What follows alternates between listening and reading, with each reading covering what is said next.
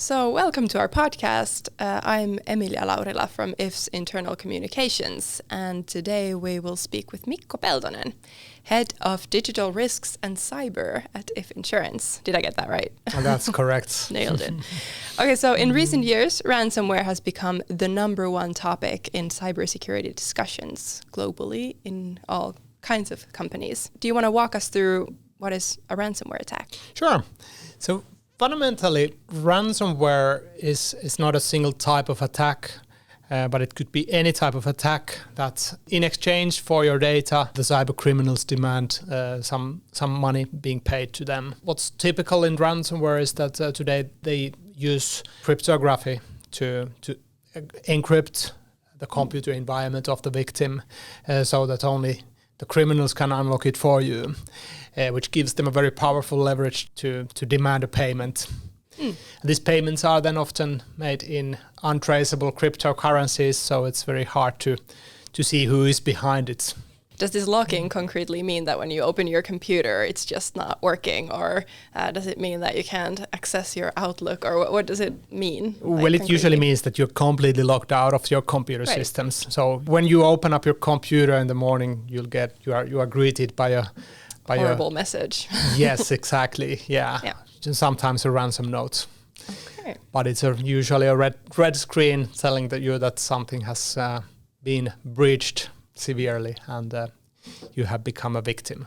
But we've seen like a rise in these kinds of attacks in the recent years, right? What is behind that rise in these attacks? Well, it's a technological advance in many fronts. So in one part, the cryptography has evolved. It's so powerful now that it's fairly impossible for anyone to break modern cryptography if it's done right. Then ransomware attacks often combine many techniques. So they sometimes even combine the type of human intelligence. The attacks can be very tailored and very, very targeted against a single organization. And in these cases, they spend a lot of time in crafting and designing that attack. And they spend time in reconnaissance to find out as much as they can about your organization and to find out about your weak points or vulnerabilities, as we call them. So what is the best way to get in and what is the best way to inflict maximum harm to the victim? But how do they get that information? They use various kind of sources. So, of course, from the internet, you can glean a lot of information from Facebook or LinkedIn. And even the annual reports sometimes may contain information that might be useful. They do this puzzle from various pieces of information and paints a picture about the environment and the victim. And it gives you a good starting point to attack. So what then? Like you have a starting point gathered from like internet and then how does it then like move forward? Attack has been planned and designed. It is time for implementation.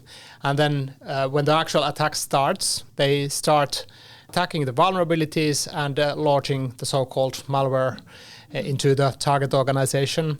And when that malware activates, then you will be presented with that infamous ransom note.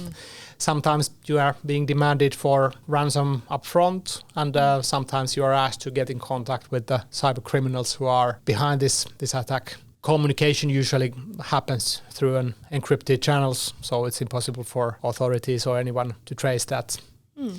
We've also been talking a lot in society about AI, and is there some connection between planning these attacks and then tools like ChatGPT or other AI tools? I think they are already today used to make the attacks a bit better. They are used to generate text, of course. I think they are used to make the information available better. I think in the future we will also see pure AI-generated attacks. Triggered by humans, triggered by cyber criminals, but I think in the future we will see attacks that are actually executed by AI. So using AI for evil, as we're all fearing.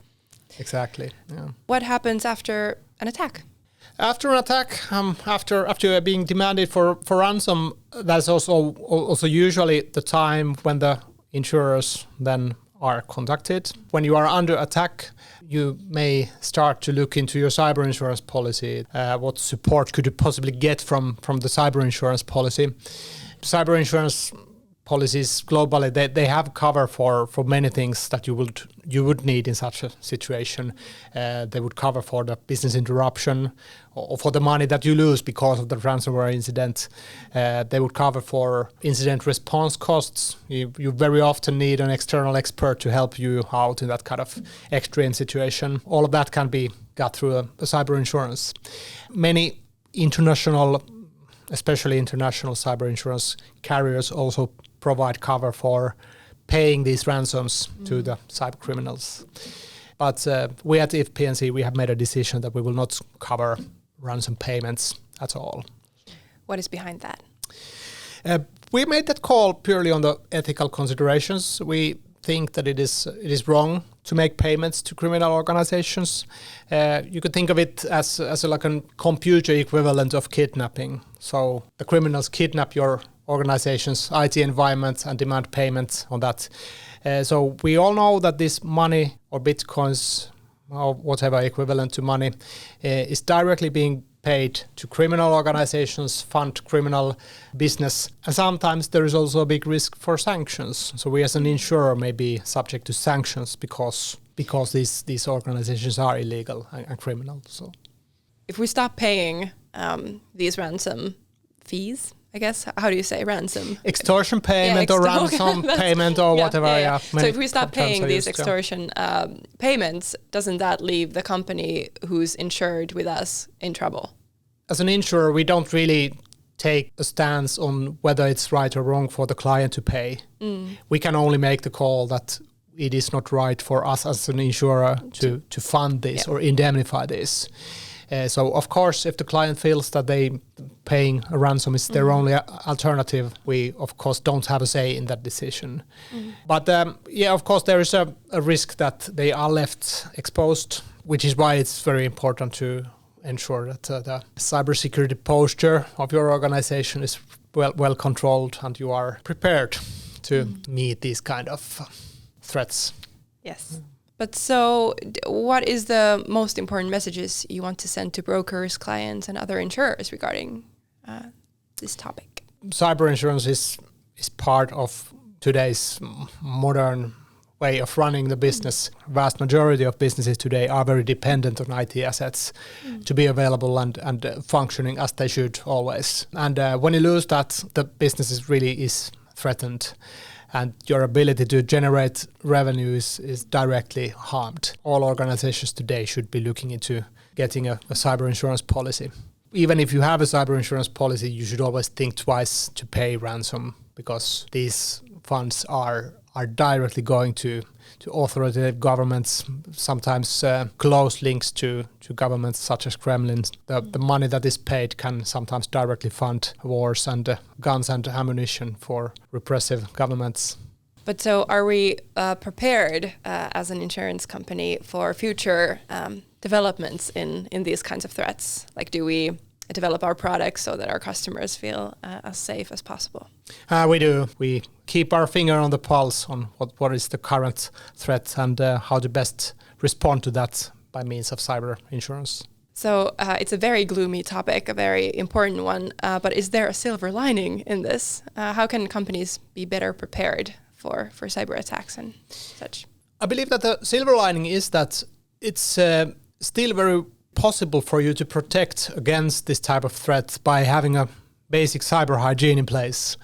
So if you have a good control of your IT environment, if you have a basic hygiene, you know who's working for you, you know how to take care of your identities and which accesses are being granted to these individuals. How do you take care of the authentication from the outside? Use things like multi-factor authentication greatly helps and raises the bar for the attackers. Backups, of course, still play a very big role. If you find yourself in a place that all of your environment is gone, you always have a point where you can return to by use of backups. So also the employees are often regarded as the weakest link. It's easy to fall victim to phishing emails that are so well crafted today. By means of education and training the workforce, I think that many organizations have a lot to gain. And it's the probably the cheapest way to raise the bar further and make sure that people that work for you, that are on your side, are able to do the right thing. If you had to sum up this in like 3 bullet points, what would you want everybody to be left with? Ransomware is a reality, but you can be prepared for it. Whatever you do, don't pay ransom. Okay. That's everything that matters. The ransom payments is the one factor that keeps making this phenomenon possible. If we stop the ransom payments, then there will not be ransomware anymore.